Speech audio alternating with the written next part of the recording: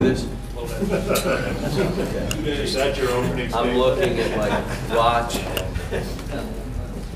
Guys, we'll start with the opening statement from Coach, and we'll open up to questions. We don't have a mic, so just fire away after that. Let's just open it. We'll answer questions. Skal going to play? Everything is good to go, and we'll, like we do here, it's on the first day. You know, if you don't know, I got to explain the process. There's probably 50 players that have a review. Last year, we had 5 players have a review. A couple of them got cleared the week before the game. This year, there was more than one. Every year we've been here, players go through the review. You won't believe this, it's always the best players who go through the review. I think my team will be fine, and you guys will figure it out when we go out there the first day and everybody's got uniforms on. You'll know, oh, they must have been cleared. John Wall missed a game, and Cantor missed the whole season. Where does Skal's situation? I'm fine. We'll see you in the first game. After your practice on That became, how did this become such a huge, this became like a firestorm. I'm telling you, I was like, totally, what is this big, this is like, where did this come from? I feel real good what my team's gonna look like on the first day. So let's move on to some basketball stuff. after your practice on ESPN, Seth Greenberg was very high on Charles Matthews. Some NBA scouts came away from that really impressed with Charles Matthews. Hey, let's do this. When you ask a question, ask it real loud so everybody can hear. Go ahead. So ask it loud. Sure. Charles Matthews is a guy that You're whispering for like, just say loud, they can hear you. Charles Matthews is a guy who has impressed a lot of people, it seems like, so far that have come into your gym and seen you practice. He has, and I told you that he'd be that kind of surprised because people didn't realize how good he was, and especially playing with Tyler, because when I fell in love with him is when he was playing with Tyler. And that's when I said, we got to get this guy. They love his athleticism, they love his length, they love his fight. He's the first one in the gym, he's the last one to leave, he's in the gym at midnight. He's one of those ones that, we have a couple guys on the team right now that they're going to follow all year. And as long as those guys get better, they're young guys, they'll make their judgments in March.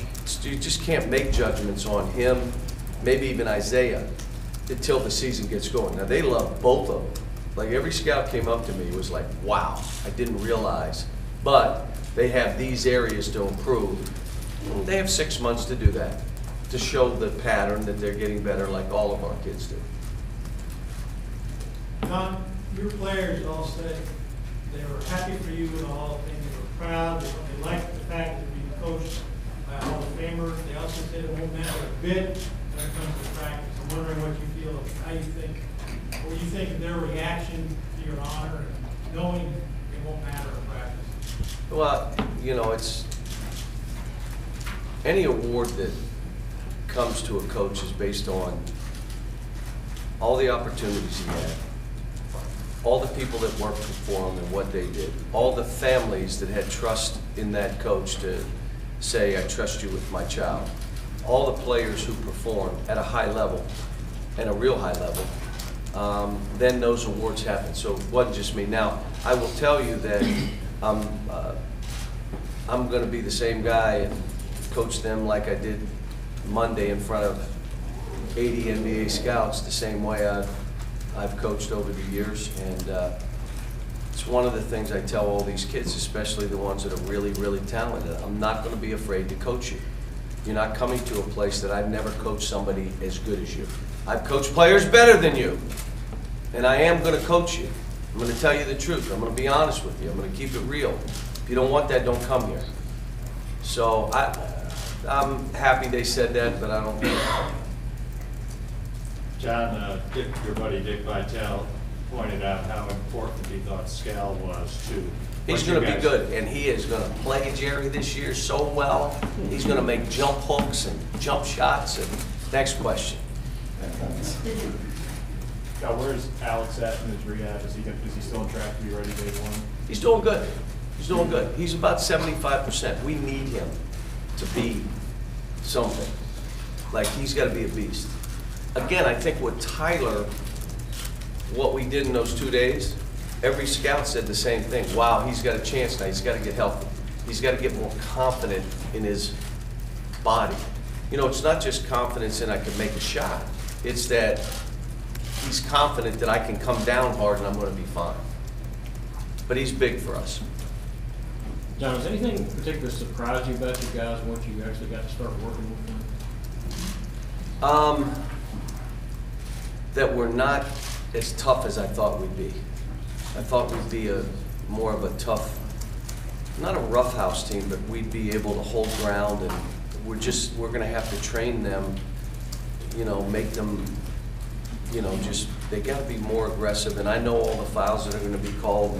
That's fine. This is a team. Let them call fouls on us, but just let's go. Pick this up. I was just a little bit surprised we weren't. But I will say our guard play is really, really good. And then I just have to make a decision at some point. Do we play three? How much do we play three guards?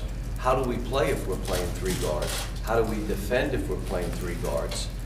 I mean, there's a lot of things that we have to come to grips with on, you know, last year we played 7 foot, 6'11", 6'10". Now we're playing with three guards the very next year. Okay, how are we going to play? Because it's totally different. Coach, kind of along those lines, you guys have made a living about, you know, out of being racers in the lane. You know, the last 6 seasons in your direction, top 10 in the country in block shots. How do you think you guys will defend? How many times did we lead the country in block shots? Once. Only once? We will be fine because we can block shots at like probably 3 positions. Look, I'm not going to be playing 10 guys. I just don't see it. Probably playing 7, maybe 8. And those guys got to fight for that time. And if a guy on this team deserves to play 38 minutes, he will. I've done that before. If anybody else deserves to play, then that player will get less minutes. But we're not, this isn't 8th grade basketball.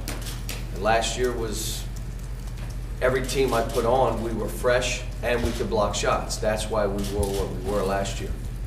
You have a feeling for who those 7 or 8 guys are? Not yet. It's still, I have a feeling for like 3 or 4, but not the total group yet.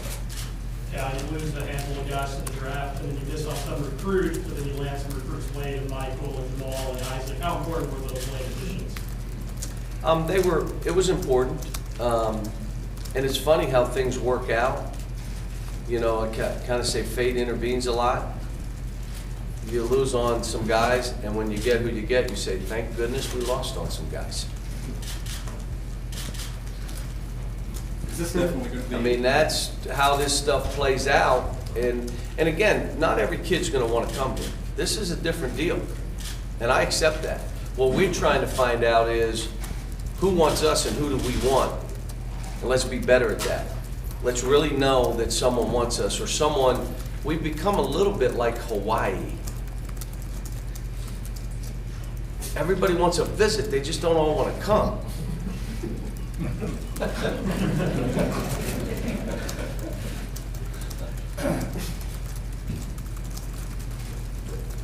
Did you work on that one this week? As we did our debate study, that was one of those ones that I knew when to bang, kaboom. The last 2 years, there's been a lot of talk about 40-0 in the preseason. This year, I don't hear any of that. You know, you can bet on that in Vegas right now that we could go 40-0 this year. What's the odds? 30-1. How do you feel about less? Because someone came up to me when I was out there and said, you know, you're 30-1 to go 40. What? That's the stupidest thing I've ever heard. But look, this thing right now, no one's done what we're doing. No one's attempted to do it, and if they did it, they were forced to do it. They tried to get kids to stay, and kids left anyway, so they were forced in this situation. I don't know how, are we going to press? We haven't done one thing about zone right now. Everybody, in my opinion, is going to zone us. what are we gonna do pick and roll defense? I know what we've done in the past and it's been successful, but do we do it now? Isaac is proving that probably needs to be on the floor some. Well, how do we play defense when he's on the floor? So there's so many, we're not mushmouth with any of our bigs. In other words, they can't just, like last year, have Carl duck in and catch it, and we can't play that way. So now, how do we flow all of our big guys in the post on a diagonal screen, cross screen, hard cut, kickbacks that are not in mushmouth basketball? I don't know yet. And that's why I said November, it's going to be kind of ugly. We're not turning it over ugly, which is normally what it usually looks like to me. We're not turning it over ugly because we got good guards. Our turnover to assist ratio or assist to turnover is really good right now in practice. That's because our guards have the ball most. But the other stuff, defensive principles, habits, oh my gosh. Rebounding toughness, rotations, communication. How much time do I have to keep going on this? You have about 30 minutes. Okay, so it's like, and then they don't like doing drills. So what's happened is, when we play, they'll compete, like really compete. But we do drills, they're like, come on. Like, we have no habits right now that will win you championships. We have no habits. My guys returning, they do, but none of these new guys. John, where does Marcus Lee fit into your plans, and what have you seen with him that you like since the end of last year? He's still defining who he is, and I told him, you know, when they walk out of a gym, they can't ask the question, what is he? That would be my fault and Marcus's fault. They know this is what he is. And if we haven't answered that for everybody watching, then I haven't done my job. One of the things we try to do is hide weaknesses. I wouldn't want a team in that league to know one of my players' weaknesses until they sign the contract. All right, now make sure you cover this, because you try to hide all that. You want them to do what they do well, be the best version of you. But you have to define what you are. And Marcus is right now better athlete, more confident shooter, and all that. But all that is, I got better in some areas that I needed to get better in, but here's who I am. Who do you think he is? He's an energy guy, a shot blocker, a rebounder, a team that drives our passion and the emotion with what we play. A player that's improved all his other areas, but that's not why they're going to look at him. A guy that can play 4 positions. We switch pick and roll, he can play 5s and 1s, and now all of a sudden you have truly a somewhat positionless. He's not skilled enough to be totally positionless, but a guy that can do that on defense. What has Humphrey shown you so far that compared to when you were recruiting him? He's not afraid. He knows what he can do, and he's pretty good at it, but we've got to get him next to that basket and let him do some stuff what we forced Carl to do.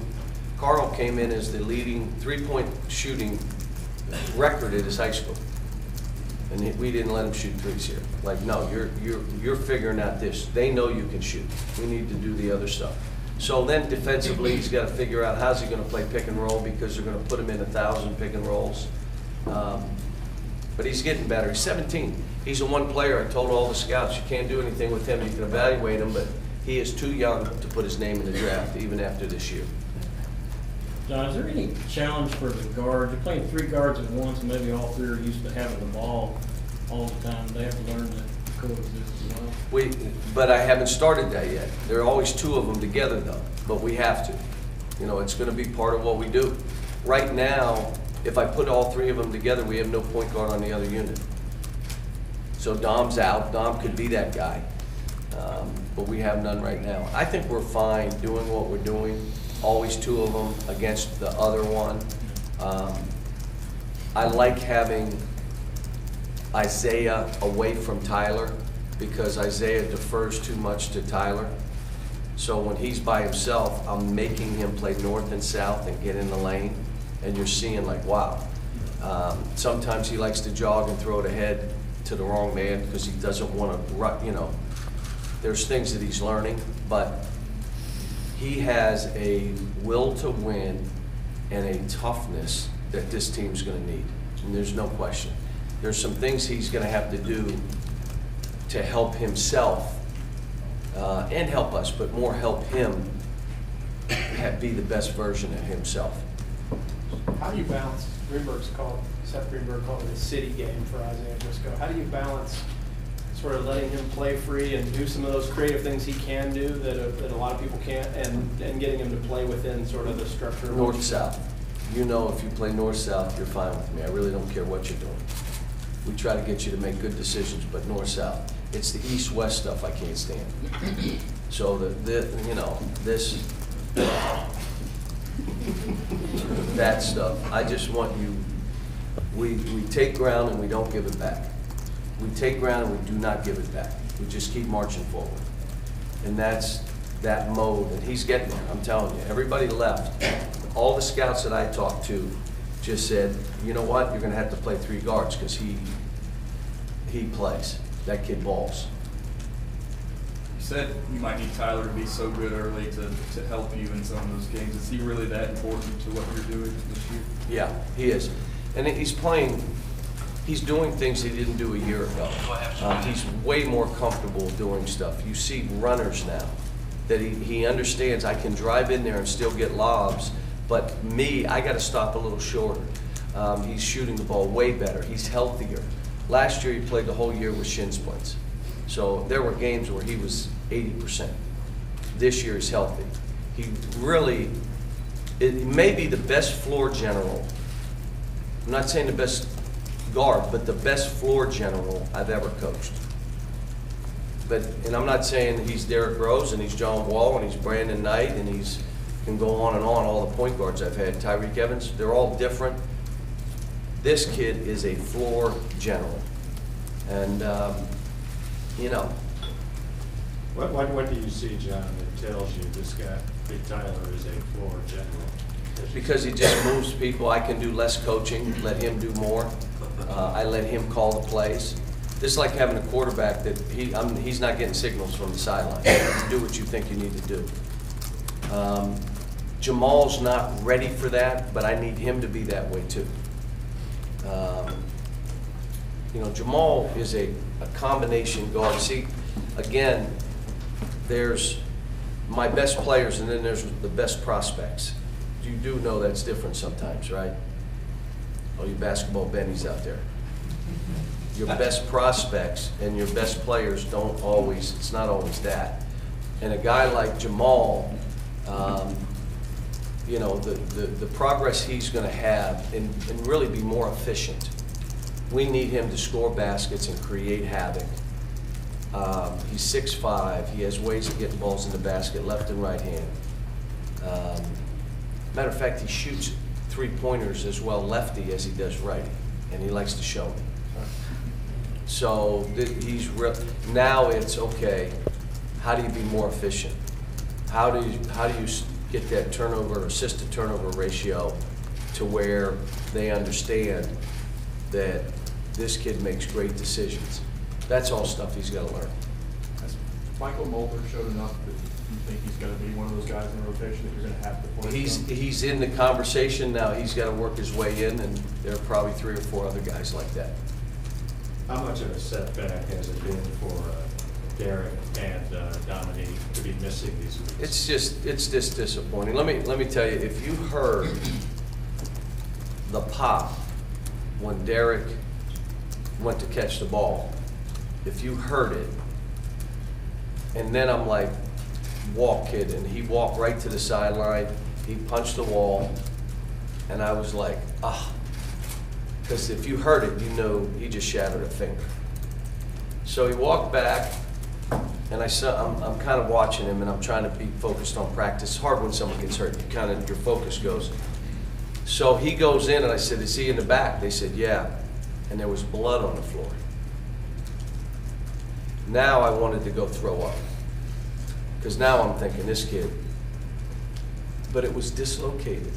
So I call him at the hospital. I'm driving home. I said, how you doing, kid? Are you all right? I'm good, coach. What? Yeah, it just dislocated. It did come through the skin, but they gave me 3 stitches, but it just dislocated. I'm gonna be good and be back in 10 days. So that's what it is to have long bones like you have, kid. And then I did tell him, next time you'll get more open. You know, and the thing with Dom had been playing so well, just, you know, as a coach, it's not my team. You're disappointed for individuals. Like, you want them, those kids have, neither one of them really had a chance to play here till now. The other players were just better than them. Doesn't mean they were good too. The other guys were just way better. They were really good. These other guys were really, really good. Now they have a chance and they get hurt. Can Dom still go through a lot of stuff on the floor? No. Nothing? He's got a cast on that hand. They put 3 pins in the hand. Derek wanted to go in the combine. Derek, can I try to go? It's a big deal for these kids. It's a big deal to be able to say, I want to step out there. And Derek was playing well. I mean, Derek is one of those guys that you're saying, we could have a really big team with 2 bigs and him at a 3. You could put him at a 4 and just space the court and go pick and roll. Now all of a sudden you got 3-point shooters all over the place. They got to play something. You know, I mean, they're now neither one. And Dominic was defending and getting in the lane, and he probably was our leading 3-point shooter, Dominic. Think about that from a year ago where he wasn't guarded, where they wouldn't just let him open.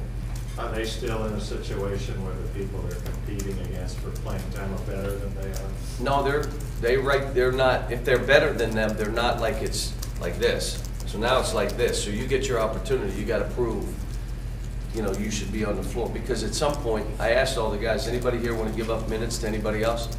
Anybody want to give up 15 minutes so someone else plays? Raise your hand. No one raised their hand. You won't believe that. No, they don't. So you have to earn those minutes. And basically earning them means I'm taking minutes from you. So you don't just get minutes. There's not like, there's 40. 40, not 50, not 60, 40. So if you want minutes, who are you taking them from? And that's the competitive spirit about what we do. John, to that end, all your players have said they will relieve if you're no more platooning. Does that surprise you, though, given the fact that some of them may have gotten minutes in that system that maybe they don't get back? Well, if you were going to be left out, you wanted to platoon. But they all said they liked it, but it's gone. Yeah, because they thought they wouldn't be the one left out. See, you don't know until you're left out. We're not going to platoon. Why not? I mean, it's, you know what I mean? It's, families were the same way. Why are we platooning? Because your son wouldn't play. I think it's a great idea. John, you said you might have some player or a player to play 38 minutes. Is Tyler a guy with his size that's physically capable of playing 38 minutes? Maybe, but how he's going to have to play for him and us. Look, he's got to show that he can pick up and be disruptive and not get beat. That's very big for him personally. That being said, you can't play that way for 38 minutes. So I would hope, I'd like to keep him out there, but I just can't see it. There may be somebody else that becomes the glue of the team that you just need to keep him on the floor. You know, but I'm not afraid to do it. I've done it before. I'd rather not play a guy more than 32 minutes, 31 minutes, and the reason is those 8 or 9 minutes usually are not near what those other 30 are. So there's that point of, all right, he's going to start coming back. He can't play at this pace, be as efficient, be as sharp. So why hurt him and why hurt our team? Just though that number is usually the number for me. John, this isn't necessarily anything new, but the NCAA is looking into some major programs throughout the country. How often do you go to bids or compliance just to make sure everything's fine? We have meetings, monthly meetings where we talk about the changes or what's happened in a program to make sure we know so that we're on top of it. We have our entire staff. So it's done a lot here. And being at Kentucky, I think you all know compliance, and we make up rules here. That's not a rule. Well, we just think it's close. It's not a rule. So we're like, we go overboard with it, but that's fine. What did you learn last year from the platoon system or anything that you take from it that you might use this season? What did I learn from the platoon? That it's very hard to coach that way, that there's a balance between making sure everyone eats and winning. We kind of figured it out, but it was really hard. That the players really have to trust you as a coach, and they have to know you're about them. Because if they think it's about you trying to create a new style, cow ball, they ain't for that. As long as it's about them, they'll do it. But it was really difficult, really difficult. Coach, is there anything that makes this team noticeably different from the past teams you've coached at UK? Well, they're inexperienced. Our guard play is good enough to mask some of the issues we're going to have. I just don't know if it'll mask enough for W's or L's, but it'll mask some of the stuff. We got a lot of work to do. We just got to catch up in so many areas. And folks, we cannot be good at everything. So in November, I'm trying to say, all right, what do we have to have in to be able to play a game? So we may have one out of bounds play, one side out of bounds play, one press attack. We may play pick and roll one way. We don't have enough time. November, we're going to have another 22 practices, and that's it. And then we're throwing it up and let's go. And then we're on national television. Matter of fact, we're on national television in practices, in exhibition games. I go to the store. I mean, it's like, so we just got to get done to prepare for November. We're not going to look like the same team in March. Matter of fact, some of you should keep the tapes, go back in February, look how we're playing in February. You'll come up and one of your questions will be, Coach, you're not even playing anything like you did in November. You have had to change. Yeah, we're trying to figure it out on the run. We got all new guys. Cal, along those lines, how big is the gap between where this team is right now compared to a year ago at the same time with veteran guys and also No, it wasn't just that. summer. We took a summer trip. Right. We spent 10 days and 6 games against professionals. They got to know each other. They came in with no anxiety. They all knew what was going to happen. They were all satisfied with how they were going to be treated and coached. They were all satisfied that I can trust this man with my career. Now let's go play. That's not the case. We're walking into a situation where I'm asking Tyler to do stuff that's probably not fair. I need you to be a coach too. I need you to do more than just play. I need you to lead, ready for this? Not only on the court, I need you to lead off the court. Like lead off the court. He's not ready for it. Now he's looking at me like, what does that mean? It means you got to be with your guys. You can't, this is going to be you dragging a lot of people. How about this? You got to be the first one in the gym. You got to stay after. I mean, I'm asking him to do a lot of things that are probably not fair, but he understands why I'm asking. What would you like him to do, John, in terms of in the locker room when the coaches aren't there, or back at the lodge when it's just be, you got to be with them. You have to lead, you have to be with them. And you got to be around, you got to be, you know, they all look at him, and when he tells them to do stuff, they listen. And that's really powerful for me as a coach. Because there'll be times in huddles I'll say, Tyler, what do you think we should be doing? And he'll say, let's do this. You guys got that? Everybody good? All right, let's go. They'll make it work because it came from him versus me. And so I can do that. I can give this kid a lot. Really intelligent, really smart. And then it's just a grind. It's a long season. And that's why I'm saying when you're asking somebody that's a sophomore to be that guy, and he kind of wants it. I don't think he shies from it. He's good with it. Coach, Duke won the championship with 3 one-and-done players, and it seemed like there wasn't some massive public outcry of the injustice of college basketball. Do you think there's a double standard? No, I was happy because now it's been vetted and we won't hear it anymore. It's good. It's an okay thing now. So it's done. Let me coach my team and let me be about these kids and their families. Try to win as many games as we can. You know, the thing for us is we've won more games than any team in the country, been to more Final Fours in the last 6 years, been to 2 final games, won 1 national title, and I say it, we probably should have won 3. But our focus is more on this side, and those kids are doing it. So it's been vetted to work and be good, and I come back to, all you golfers in here, Jordan Spieth ruined college golf. Now, he made $22 million as a 21-year-old. Really, he made $50 million, and he chased his genius. His genius was hitting that white ball, having the mind and the courage to be able to do it with pressure, and he was able to get himself together in 1 year in college and be the best golfer professionally in the world. I don't hear one word about that. I'm trying to get him to come to one of our games and do the why. I don't know if he'll come. Why do you think that is, Cal, that like you say? I don't know. Is it a I have race no thing? idea. You tell me, Jerry. I don't Is have it a any race idea. thing? I mean, that's, my thing is if a genius pianist or a computer geek who came up with a game and he's in school 1 year and runs with it, our kids have lifetime scholarships here. I want them to chase their genius. They can always come back here and finish up. I don't want that to be, you have to stay 4 years and you're going to embarrass us if you don't finish because you're going to make this. Look, this isn't about me.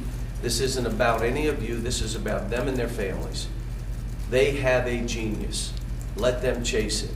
Now, my job is to not be afraid to coach them, to be honest, to keep it real, to coach the best players harder. Like right now, I'm on Skal harder than any other player in the building.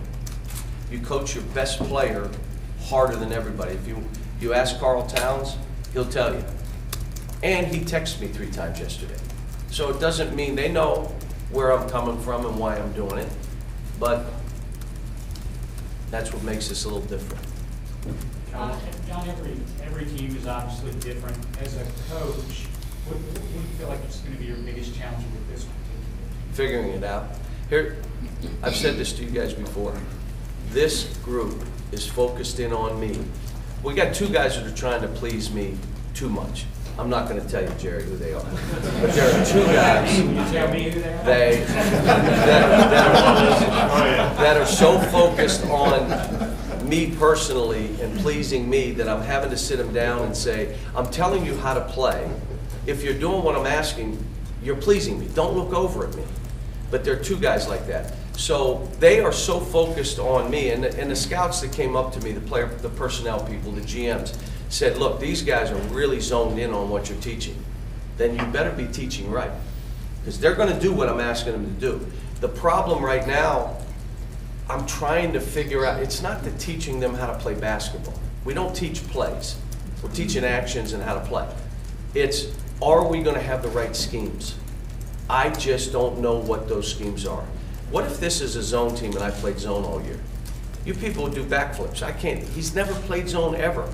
I would play zone if it's the best thing for these individual players and give them the best chance to have success. Why I don't like zone is when you turn on the TV and you watch the NBA, no, they don't play zone. My job is to prepare these kids. If I'm playing zone, it's strategically, or I'm protecting somebody who cannot guard anybody on the floor. Now, was there any feedback you got during the combine that surprised you about a player? They all liked, they were surprised by Charles because everybody had kind of said Charles was an afterthought. When they watched him, they're like, wow. They were not surprised that Tyler did what he did. Obviously, they all like Skal. They all like Jamal. But they're, again, each one of them, they went through what they saw they needed to go with. And understand, what we do gives us a base and each individual player a base of where they got to go. Because then I'll give them the information. I'll give them the feedback. Here's what they're saying. You're too turnover prone. You cannot play that way. They want to see this assist to turnover ratio flip. It's here, you're underwater. You got to flip this around, which may make easier play. Every shot should mean something. They think you're just, now you go through, they know you have talent, and I'm able to give them something to say, okay, let me get this right. And they have a vision of where they got to go with their individual game. It serves its purpose. I think And the scouts, everybody that I talk to love it because they can come in and see everybody. They get a base. That's all it is a base. They're not coming in to say, that's who I'm picking. They're seeing where they are. A month and a half, they'll see again. Another month, they'll see. And then March is all that matters, really, for most of these kids in the country. It's how they play in March. You talked a lot this summer about positionless basketball, and that's sort of the way the NBA is trending. Have you talked to anybody in that league, any of the coaches, about just sort of how that's evolving and how they use that? Well, they're going to more actions than plays also. They're not like the old days where you're running plays. They're putting them in situations to create a closeout where you can't really guard a guy, or create havoc where they're moving around defensively and we can create something. 70% of the shots in the NBA, how do you think they're created? 70%. What's the percentage of shots in the NBA that are post-ups? Give me a percentage. Somebody's a basketball Benny in here. Throw one. Post-up basketball. Throw it to the post in the NBA, the guy scores. 5%. It's 8%. 70% are one-on-one. So whatever they're running, some of maybe pick and rolls to back, and that play. So they got to learn to defend one-on-one. 2, you got to get a shot. You got to create a shot for yourself at times. So there are things that we know, and you're probably looking at me, and he's talking NBA more than Kentucky. I got a job for these guys, which is to prepare them for what they're trying to do. I know they got my back and they're going to win games. I know they got my back and they're going to want to win championships. I know how they feel about wanting to win a national title. I have one job, to make sure I'm really trying to make sure everybody eats. That's my job. Get these kids to understand that whatever I'm doing, I'm trying to make each individual be the best version of themselves. When you talk about one-on-one and creating those shots and playing that way, how much dribble drive is outstanding. Yeah, how much of a boost is it to have a person? Can I tell you, have you watched the small ball stuff, the phenomena of the small ball? Like, you had Golden State play with the 6'7" center. Harrison Barnes played 5 for himself. Small ball. I want to play small ball with 6'10" guys.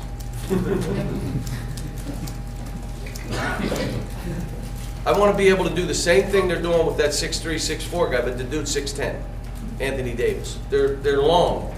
They're skilled basketball players. They just happen to grow more than they thought they'd grow. Thought they were going to be 6'3". Oh man, I'm 6'10". So that's why I said positionless. Are those NBA guys over Tyler's size? Yeah. Is he doing enough to think he can play in that league? Oh yeah, yeah. And see, here's the thing with Tyler.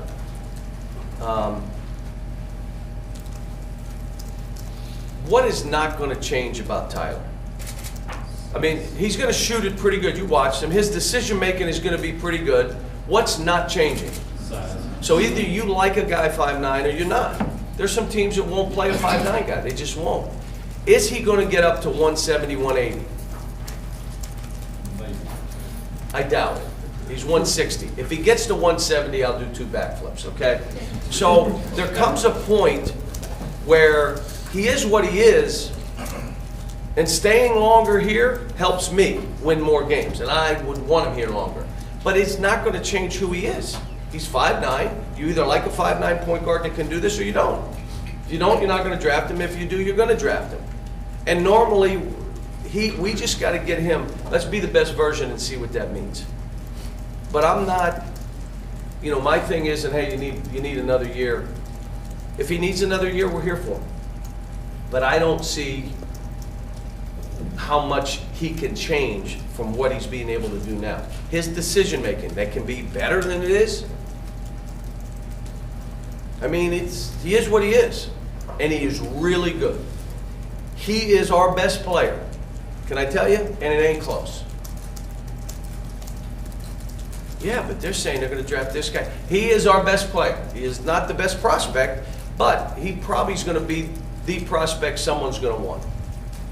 Guys, time for a few more. John, national title and now Hall of Fame. At the end of the day, what keeps you grounded? You know, it's funny. My high school coach called me today because a teammate of mine we found out is Lou Gehrig's. And I've lived with 2 people that have had that disease, and it's the most dreaded disease you could get. And we were talking, and my high school coach, because he's kind of pushing back a little bit, and I said, Coach, a friend of mine called and said he is now a stay-at-home dad. And I said to my high school coach, how do you get that job? Is there an application you can make? And there's nothing, but I'm saying the pace we go and all this. And he said to me, not a whole lot more you can do. That was his comment to me. And I said, no, my focus is on every one of these families. How can we help every one of them? And as long as I'm feeling good, I'm gonna have great joy waking up, knowing we're helping these kids, we're helping their families. How many can we help? I'm telling you, my goal, I want to have half the All-Star game have played for us. At 4 right now, under the age of 27, 4. How do we get 8 more in the All-Star game? I want you to think about that. If I had coached 8 players more into the All-Star, that's 12. Half of the All-Star game played for us. Now, all the other stuff that you say I should be worried about will happen. That stuff will happen. And that's how I've kind of shifted in what I'm doing. John, What's that? Have you had an opportunity to reach out to Rick Pitino the last couple of weeks, and what can you tell him about the scrutiny he's facing? I haven't, but I would say, I hope it's not true. If any of it is, it's not good for college basketball. It's not the norm, and I would say this. If any of it is, I can't believe he would know anything about it, just knowing him as I do. But no, I haven't reached out. I just didn't think it was appropriate. John, it's been reported that Skal's guardian had He's asked- fine, Jerry. Next question. I'm not answering it. I already answered the stuff. You're done. Next question. Cal, how is Alex Boykus? Are you confident that he's going to return the way he was before? I am, but it doesn't matter that I am. It's that he is. He's got to be, and see, the confidence isn't, I missed a shot, my head goes down. The confidence is, I'm shooting right now when he shoots, you ready? Goes inside to shoot. Because of his body. It takes time. Anybody that's had an ACL will tell you, my jump is a little off, which means my shot will be a little off until I get back to the rhythm of jumping the same way every time. But the biggest thing is confidence in your body that your leg's gonna hold up. And it's normal. That's why when he goes in and looks down and misses a shot, you're fine, that's great, keep trying it, you're gonna get confident. I think this year, a lot of the way I gotta coach, I'm gonna have to build up guys. I'm not gonna be in a mode like I was last year where I could really, really ride a guy. This is a different team. Last question. Anybody? All right. Thanks, guys.